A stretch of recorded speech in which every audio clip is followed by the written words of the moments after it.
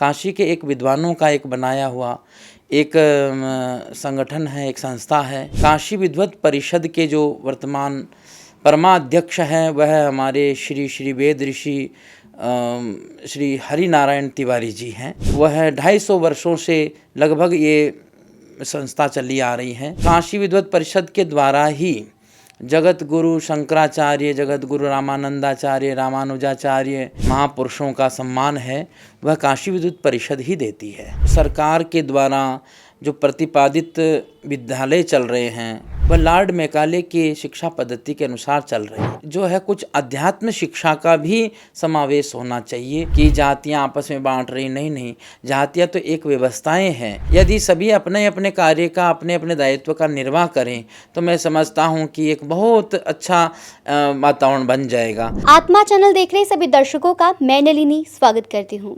आज हम गुरु जी के दर्शन करने आए हैं। आपको बता दें कि जगत गुरु परमहंसाचार्य स्वामी दयानंद सरस्वती जी महाराज साहब हमारे साथ मौजूद है और आज हम इनसे रूबरू होते हैं और आपको भी महाराज जी के, स्वामी जी के दर्शन करवाते हैं। सबसे पहले कोटि कोटि वंदन।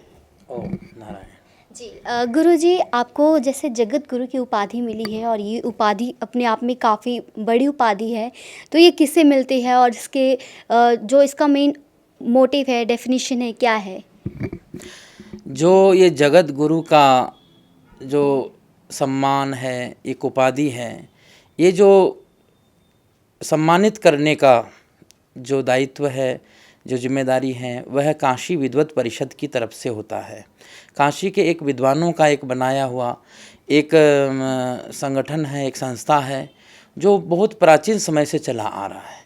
और अभी जो वर्तमान में काशी विद्वत परिषद के जो वर्तमान परमाध्यक्ष हैं वह हमारे श्री श्री वेद ऋषि श्री हरि नारायण तिवारी जी हैं। और वह 250 वर्षों से लगभग ये संस्था चली आ रही है। वर्तमान में वो अध्यक्ष हैं और काशी विद्वत परिषद के द्वारा ही जगत गुरु शंकराचार्य, जगत गुरु रामानंदाचार्य, रामानुजाचार्य आदि सभी जो मुख्य जो पदवियां हैं, मुख्य जो हमारे महापुरुषों का सम्मान है वह काशी विद्वत परिषद ही देती है। और वही उस पीठ के ऊपर उनका पट्टाभिषेक आदि करते हैं। जी, तो आप जैसे सभी को धर्म का जो ज्ञान है वो देते हैं और आजकल के जो युवा हैं खास करके, तो वो उनको धर्म से जोड़ना एक बहुत बड़ी बात होती है।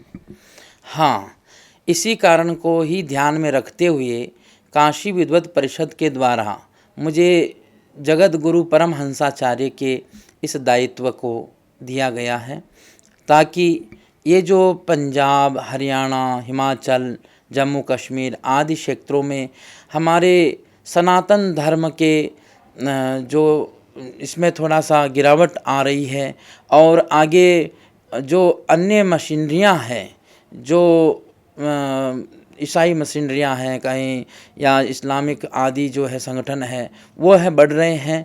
उनके कारण से समाज में एक बहुत बड़ा जो है एक संकट आ रहा है। तो इसको करने के लिए ये जो है जगत गुरु परमहंसाचार्य का दायित्व दिया गया। जी आप क्या समझते हैं क्यों हमारे जो सनातन धर्म के जो बच्चे हैं, क्योंकि वो अपने धर्म के बारे में उतने अच्छे से नहीं जान पाते और हर एक छोटी से छोटी चीज़ों पे वो क्वेश्चन करते हैं। जो खास करके युवा वर्ग हैं वो अपने ही जो पुरातन चीज़ों को है वो नकारते हैं। इसका मुख्य कारण ही यही है कि हमारे जो सरकार के द्वारा जो प्रतिपादित विद्यालय चल रहे हैं और उन विद्यालयों में जो शिक्षा है वह लॉर्ड मैकाले के शिक्षा पद्धति के अनुसार चल रही है। वास्तव में जो हमारे विद्यार्थी वर्ग हैं, जो युवा वर्ग हैं, उनमें जो है कुछ अध्यात्म शिक्षा का भी समावेश होना चाहिए। वह भी उनको उन तक शिक्षा को पहुँचाना चाहिए। यह हमारी सरकार का भी दायित्व है। और जब सरकार आदि इस पर कार्य नहीं कर पाती हैं तब हमारे महापुरुष, हमारे संतों ने इस दायित्व को किस तरह से निर्वाह करें, यह एक तरीका ये भी है कि हमारे साधु संत जो है उसमें जा कर के आगे इस कार्य को आगे बढ़ाएं। जी। जैसे अंग्रेज़ों ने डिवाइड एंड रूल का जो है अपनाया था कि किस प्रकार राज किया जा सकता है, तो डिवाइड एंड रूल कि तोड़ो और फिर राज करो। तो आप क्या समझते हैं कि आज के समय में जो हमारे जो सनातन जो बच्चे हैं, कहीं न कहीं वो जाति को लेकर आपस में बँट गए हैं, जिस वजह से सनातन धर्म के जो बच्चे हैं वो अन्य धर्मों में भटक रहे हैं? हाँ, जाति, वर्ण आदि ये बाँटने का की लिए व्यवस्थाएँ नहीं हैं, ये तो जोड़ने की व्यवस्थाएँ हैं। हाँ, इसका हम लोग समझना, हमारी समझ में इसको लगता है गलत तरीके से आया है कि जातियाँ आपस में बाँट रही, नहीं, जातियाँ तो एक व्यवस्थाएँ हैं। इसी तरह से वर्ण भी एक व्यवस्थाएँ हैं। सभी अगर अपनी-अपनी व्यवस्थाओं में जिस तरह से एक कोई भी संस्था हो, उसके एक-एक सभी घटक होते हैं जो उस कार्य को या उस संस्था को एक अच्छे मुकाम पर ले जाते हैं। यदि सभी अपने-अपने कार्य का, अपने-अपने दायित्व का निर्वाह करें, तो मैं समझता हूँ कि एक बहुत अच्छा वातावरण बन जाएगा। परंतु जब सभी अपने अपना निर्वाह नहीं करते हैं और एक दूसरे को नीचा दिखाने की भावना रखेंगे, तो ये कार्य आती है और इसी चीज़ को फ़ायदा लेता है। जैसे आपके परिवार में भी आप जब बड़े सुख शांति से रहते हैं, तो कुछ लोग ऐसे होते हैं जो आपके परिवार को भी सुख को देख कर के राज़ी नहीं होते हैं। इसी तरह से हमारा ये पूरा देश एक परिवार है और इस परिवार के सुख को देख कर के कई लोग राज़ी नहीं होते हैं। तो बहुत सारे लोग, बहुत सारी मशीनरियाँ, बहुत सारे संस्थाएँ ऐसी हैं जो हमारे देश को दीमक की जैसे खा रही हैं और वो हम लोगों को बाँटने का प्रयास कर रहे हैं। तो मैं यही संदेश देना चाहता हूँ कि सभी इस चीज़ के लिए जागरूक होवें। हमारे साधु संत इस चीज़ के लिए बता रहे हैं, समझा रहे हैं कि किस तरह से हम लोगों को आगे बढ़ना चाहिए और हमारे देश में खुशहाल वातावरण बने, सभी लोग सुख शांति से रहें। इसी कार्य को ध्यान में रख कर के महापुरुषों ने इस कार्य को आगे बढ़ाया। जी। जैसा आपने बात की कि आपस में ही जो है काफ़ी लड़ाइयाँ हो रही हैं, आपस में ही मतभेद लोगों के ख़त्म नहीं हो रहे हैं। वहीं कहीं न कहीं जो संत समाज है, कुछ अपने आप को बहुत सुपीरियर समझ रहे हैं, जिसके कारण ऐसा नहीं लगता कि आपस में जो संत समाज है, उन्हें भी मिल-जुल कर एक स्टेज पर आना चाहिए और सभी के साथ मिल-जुल कर सनातन धर्म के लिए कार्य करना चाहिए। हाँ, बिल्कुल करना चाहिए और वही प्रयास हम लोग कर रहे हैं कि सभी संप्रदाय के सभी आचार्य, सभी संत, सभी महापुरुष, सभी एक राय पर इकट्ठे हो सकते हैं। देखो, क्या होता है कि सभी संतों का, सभी संप्रदायों के अपने-अपने सिद्धांत हैं। यदि सभी अपने सिद्धांत पे चले तो कोई एक मंच पर बैठ ही नहीं सकते हैं। एक ऐसा विषय है जिस पर मुझे लगता है कि हमारे सभी संप्रदाय, धर्म, मत सभी एक हो सकते हैं और वह है राष्ट्र का विषय। राष्ट्रवाद होना चाहिए। हम अपने राष्ट्र के विकास के लिए, राष्ट्र के निर्माण के लिए हम लोग कार्य करें। जब हम अपने देश के विषय में सोचते हैं तो वहाँ पर मुझे लगता है कि हमारा धर्म, हमारी मान्यताएं, हमारे विचार, हमारे सिद्धांत, हम उनको एक तरफ रख देते हैं और राष्ट्र के लिए हम लोग एक हो जाते हैं। क्योंकि ये हमारा फर्ज है। देश हमें देता है सब कुछ, हम भी तो कुछ देना सीखें। अगर राष्ट्र हमें इससे सब कुछ हमें इसी से मिल रहा है, हमें यहाँ पर रोटी, कपड़ा, मकान आदि रहना करना सब सुविधाएं तो राष्ट्र दे रहा है ना। यदि राष्ट्र के लिए हम लोग अगर नहीं करेंगे तो एक दिन राष्ट्र नहीं रहेगा तो धर्म कहाँ रहेगा, तो वह समाज कहाँ रहेगा। इसलिए राष्ट्र के लिए हम सबको एक मंच पे आना चाहिए। आपने जैसे राष्ट्र की बात की, ये बात तो है कि जितने भी साधु संत और आचार्य हैं वो सभी इस बात पर जोर दे रहे हैं कि भारत को हिंदू राष्ट्र बनाया जाए। तो इस पे सभी सहमत है और सभी इस चीज़ को जो है प्रमोट कर रहे हैं। हिंदू एक धर्म नहीं है, हिंदू एक अच्छे जीवन जीने की पद्धति का नाम है। जो श्रेष्ठ जीवन जिया जाए उसको कहते हैं हिंदू। आप देखेंगे कि हिंदू धर्म के शास्त्रों में कभी किसी को भी कष्ट देने का भाव नहीं है। अष्टादश पुराणेषु व्यासस्य वचनम द्वय परोपकाराय पुण्याय पापाय परपीडिनाम।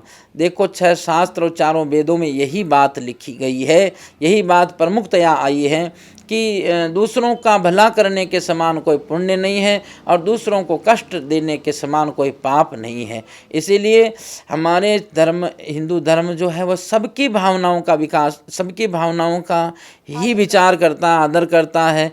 इसलिए यहाँ तो प्रार्थना रोज ये की जाती है कि सर्वे भवन्तु सुखिनः, सर्वे सन्तु निरामया, सर्वे भद्राणि पश्यन्तु, माँ कश्चित् दुःख भाग् भवेत्।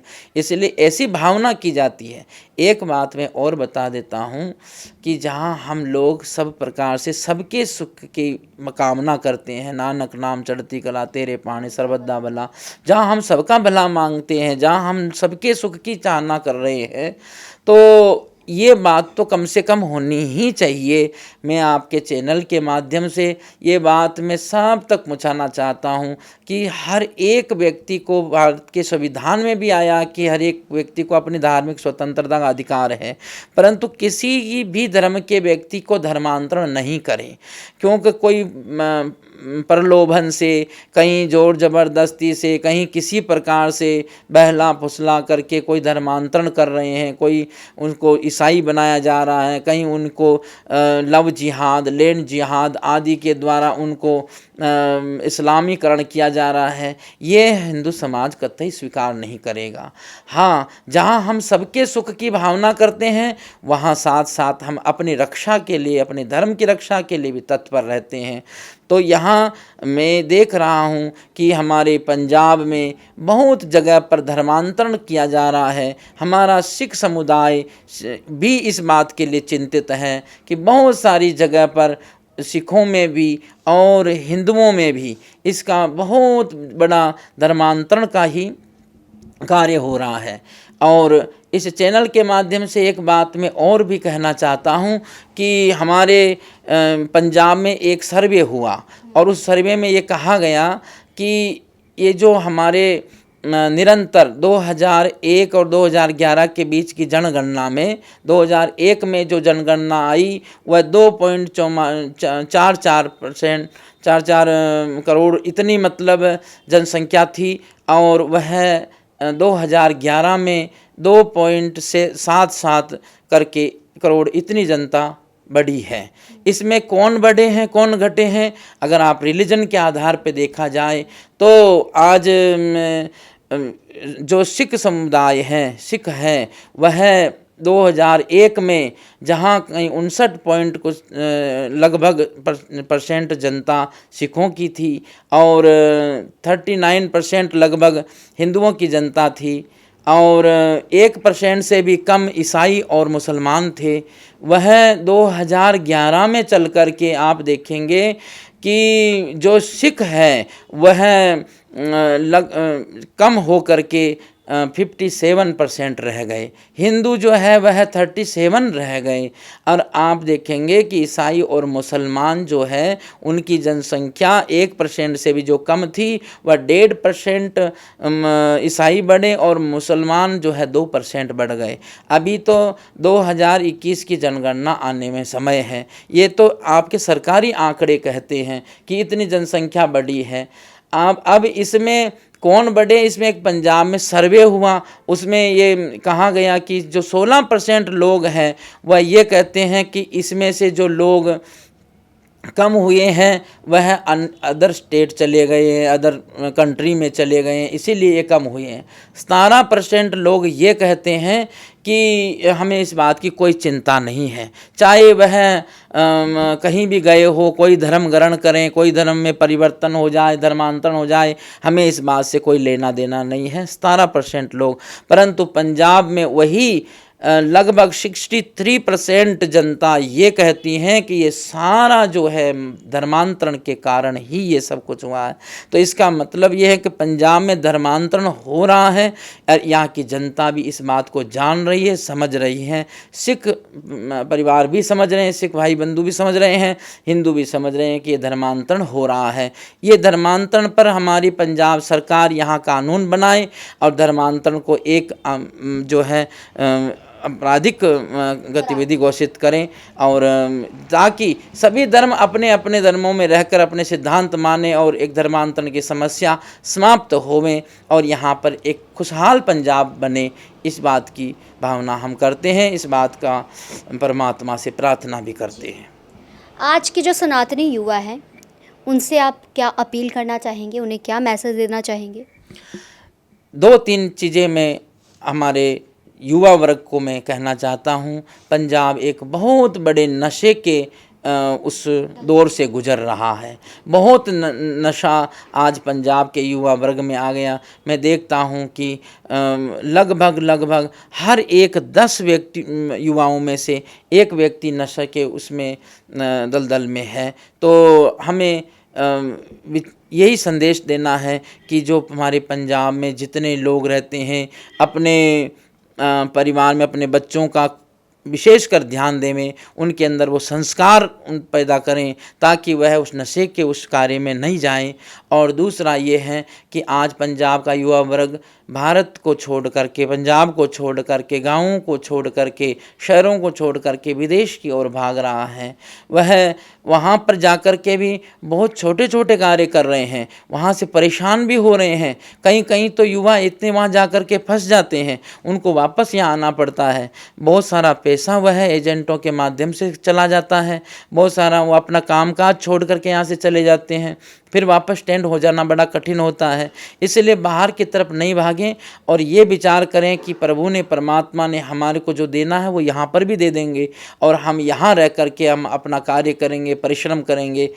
वो जैसे बाहर की व्यवस्थाएं हैं वो धीरे धीरे भारत में भी ऐसी हो जाएगी, ऐसा विचार करना चाहिए।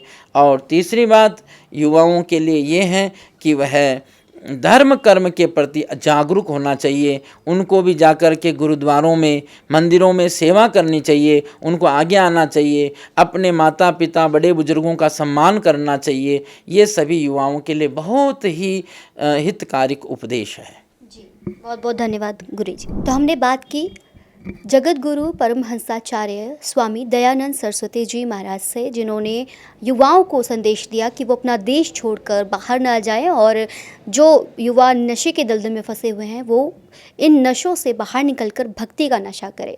और इसी प्रकार आप देखते रहिए आत्मा चैनल। कैमरा पर्सन मणि के साथ नलिनी।